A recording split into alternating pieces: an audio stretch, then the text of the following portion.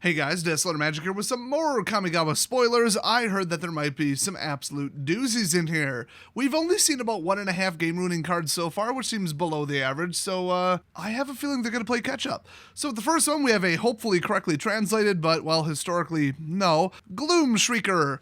It's a 3-cost black-green 2/1 enchantment creature cat beast with menace, and when it enters the battlefield, return target permanent card from your graveyard to your hand, and if it would die, exile it. Otherwise, you could just loop it. Makes sense. Next up, March of Reckless Joey. This is red plus X, it's an instant and it's a rare, so watch out. As an additional cost to cast this spell, you may exile any number of red cards from your hand. This spell costs 2 less to cast for each red card exiled this way. Hello. So basically, it effectively adds 2 to the value of X.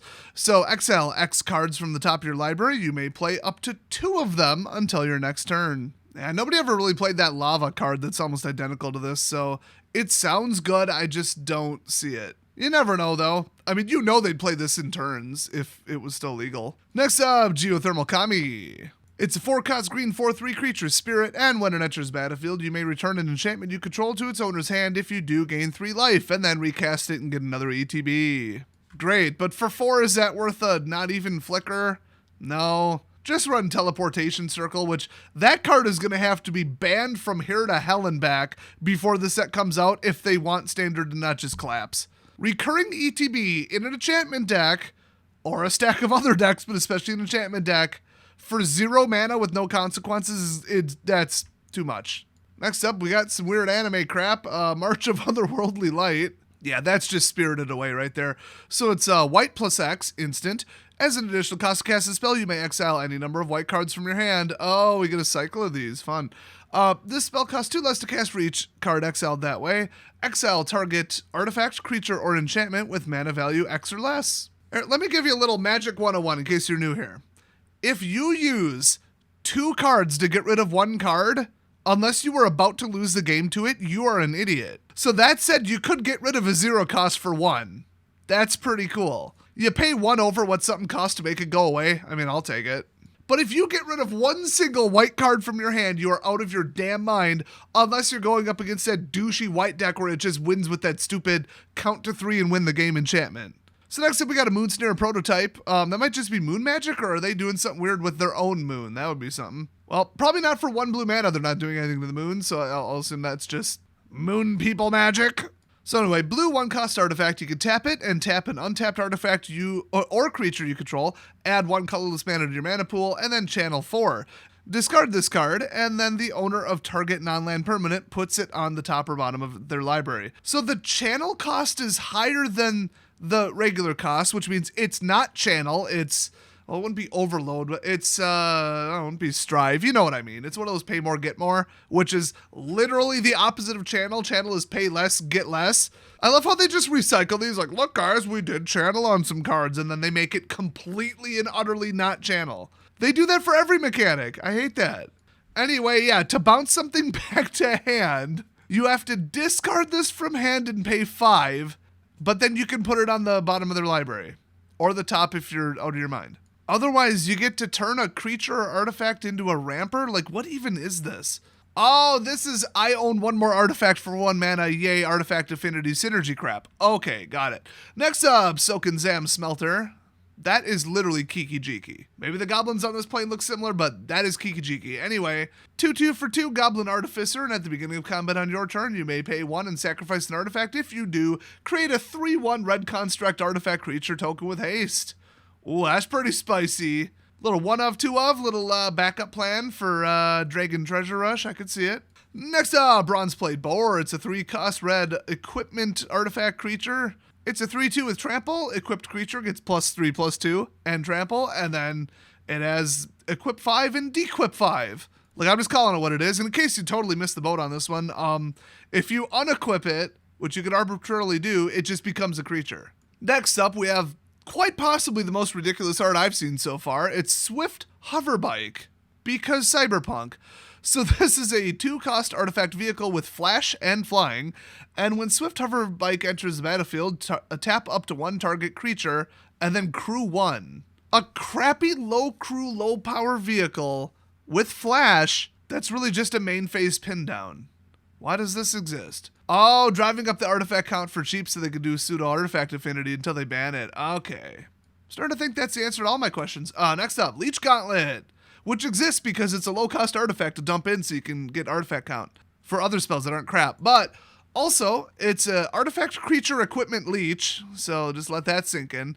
2/2 for 2 in black, 2 cost, of course, lifelink. Equipped creature has lifelink, which is pretty much garbage because it's reconfigure 4. So you gotta pay 4 to attach it or 4 to unattach it, aka equipping. Yeah, I don't think that's great. We've got a better mask than this. It's actually what the Mask of Grizzlebrand or something like that, I think, in standard. And that ain't cycling out anytime, but this is really cheap. It's just not cheap to attach. But then on its own, it's a life linker, so you can sit there and like gain life twice, but like a 2/2 isn't very good, so I don't know. I actually think people might play this because there's so little lifelink equipment after Shadow Spear is gone, which, good riddance. Next up, Tatsunaro Toad Rider. Mega value card here. This thing's nuts. But it was already leaked, so I already covered it. So moving on.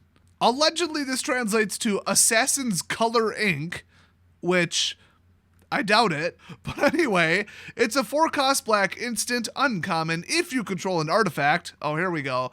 We already know what this does. Mark told us. This spell costs 1 less to cast if you control an enchantment. This spell costs 1 less to cast, so you can get it down to double black, destroy target creature, planeswalker. I actually like this. I think that's pretty reasonable. Next up, Kappa Tech Wrecker, aka the Windows Vista Turtle. So this is a 2-cost creature turtle ninja. Not very subtle, not very ninjutsu, but, you know, it doesn't have to make sense. It's a 1/3. You pay 1 plus a green for ninjutsu. And it enters battlefield with a death touch counter on it. Boy, we're doing like multiple cycles here, like a ton of cycles. Holy cow. So whenever Kappa Tech Wrecker deals combat damage to a player, you may remove the death touch counter from it. When you do, exile target artifact or enchantment that player controls. Isn't that what the other color did? So if you have 5 of these and they all do the same thing, they're all going to remove enchantments? All 5 colors aren't supposed to do that, so that should be interesting. Next up, Agente Futurista, or something like that because it's not Spanish, it's Portuguese. So this is a 4-cost 3/4 in blue, and as long as Futurist Agent is tapped, it is a human citizen with basic power and toughness. I think it's supposed to be base power and toughness. 1/1, and it can't be blocked. And if you pay 3, you can untap him. Oh good, an unblockable ninja. Awesome. I wonder if you're supposed to swing with him and then replace him with something worse, like Zerasan, which has ninjutsu, but not really. They didn't feel like running it on the card. Yeah, that'll get old quick. The Ninja Rogue mixed deck, if that even takes off, boy, that's going to be really something. Next up, Malicious Malfunction. See, somebody hacked your little tech arm. You shouldn't have gone cyberpunk. You should have rejected modern society and returned to MONKE. Anyway, double black 3-cost sorcery. All creatures get -2, -2 until end of turn. If a creature would die this turn, exile it instead. So, pretty beefy sweeper. I guarantee you they threw this in to stop Scoot Swarm. Because they're too cowardly and clueless to admit that Mark Rosewater is an out-of-control maniac and actually just ban this doubling bullshit. So next up, Hotshot Mechanic. It's a 1-drop white artifact creature Fox Pilot 2/1, hello, and when it crews a vehicle, it crews as though its power were 2 greater. So 4. Holy crap, and this is an uncommon. So you can now crew something for a 1-drop where if your vehicle gets blown up, that's fine, he'll just start swinging for 2. Plus, artifact count to the moon on turn 1. Yeah, I'm a little worried about number of artifacts and or enchantments you control. Okay, that's a lot of cards say that. Next up, Rebel Outlaw. It's a 2-red, 1/3 creature, human samurai. Rebel Outlaw has +2/+0 for each other modified creature you control. Well, I'd say, well, he's swinging for 10, except all the other modified creatures are going to get killed by that -2 sweeper, but not if they're modified with counters. But in red, I don't know. Next up, Junji, which we've already seen 37 different times. I don't care. Let's move on. Lizard Blades. So it's a 1/1 for 2 red artifact creature equipment lizard. And it has double strike. Oh, good. Equipped creature has double strike. Reconfigure, so in other words, equip and dequip for 2. Okay, maybe the red modified deck will absolutely stomp you in the nuts. Yeah, this should cost a lot more than 2. In fact, it should cost more than 2, and the equip should be more than 2, because people are really fed up with double strike. It's kind of out of control already in white, and white-red equipment decks already are good enough to exist. So add this to it. Remember the whole all equipped creatures have double strike, all other warriors that are attacking have double strike? Yeah, add this to it. That's ridiculous. Hey, speaking of dumb stuff the Wizards screwed up, let me just read their little bonus spoiler announcement here. Unfortunately, due to ongoing disruptions of the global supply chain related to COVID-19, the release of the Japanese set boosters for Kamigawa and Neon Dynasty will be delayed throughout Europe. At this time, we do not have a date to share on when the set boosters will be available, but we'll share updates as soon as possible. Other languages and regions are not affected by this delay. Please stop voting for liberal dumb fuck whose lockdowns are completely ruining global economies. Oh wait, I might have editorialized the end there. So back to this wonderful set, Runaway Trashbot, which is really what they should have called this set. So it's a 0/4/3 colorless artifact creature construct with trample, and Runaway Trashbot gets +1/+0 for each Yu-Gi-Oh player within 8 feet of you. Oh, sorry, I misread that. For each artifact and/or enchantment card in your graveyard. Oh, they had me there. I thought it was going to say in play because they don't seem to understand how powerful that is. Next up, Asari Captain. So this is a white-red 5 cost creature human samurai with haste 4/3, and whenever a samurai or warrior you control attacks alone, your opponent will punch you in the face because you're obviously running warrior equipment. Also, it gets +1/+0 until end of turn for each samurai or warrior you control. Great. Also, 3 different ways they all have double strike. Oh, this deck's gonna be a treat. This guy's 5. There's no way in hell you're getting him out in that deck because you either win or lose by like turn 5, but yeah. We didn't really need anything encouraging a stupid blitz deck that doesn't even let you play your damn deck. And completely and utterly folds to 1 removal spell. At least that deck isn't that popular right now, but I see it once in a while, and it really pisses me off. Next up, Twin Shot Sniper. It's a 4 cost red 2/3 artifact creature Goblin Archer. Is it the bow? Is it the creature? Is it both? Is the Goblin a robot? Did they just give the wrong art direction to everyone? The world may never know. So it has reach, and when it enters battlefield, it deals 2 damage to any target, instead of any target with flying like it should, and channel 2, discard it, and then it deals 2 damage to any target, which is how channel actually works. And finally, Invoke Calamity, another ridiculous cycle. So we saw the black one already. This is the red one, and the black one was not very good. But quad red +1 generic, because it would just be silly to make it 5 red, obviously.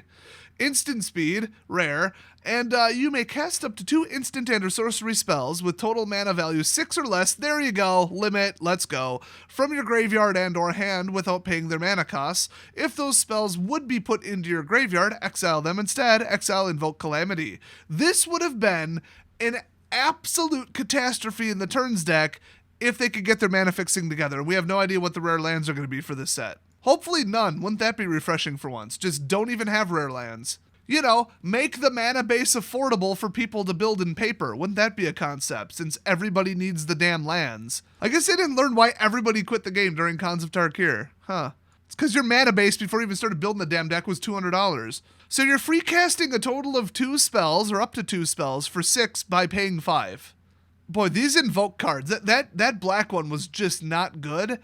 And this is just terrible. Yeah, it's spell recursion. I usually hate it, but this is about as fair as you can do it, which is unplayable crap, so they should probably just stop doing it. I guess they learned their lesson. Well, anyway, can't wait for some more spoilers tomorrow, but I'm going to be traveling almost all day and get home at like 1 in the morning, so they're going to be late as shit. Oh well, like and subscribe anyway. I'll see you guys next time.